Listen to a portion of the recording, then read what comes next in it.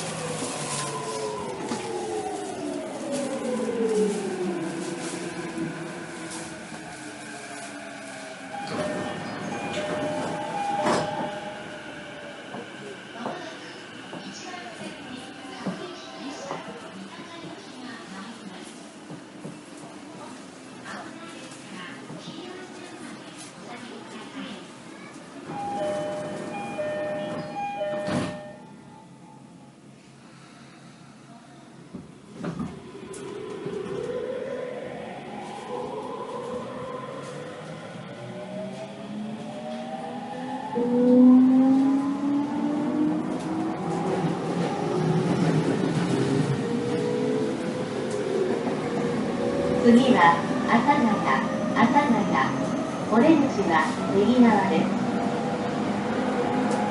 The next station is Asagaya. The doors on the right side will open.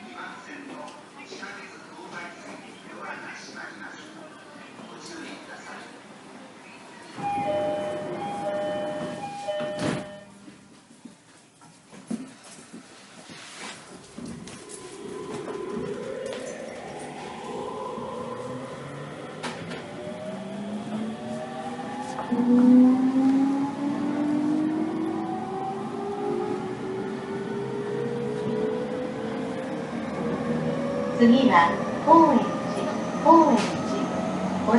は右側です。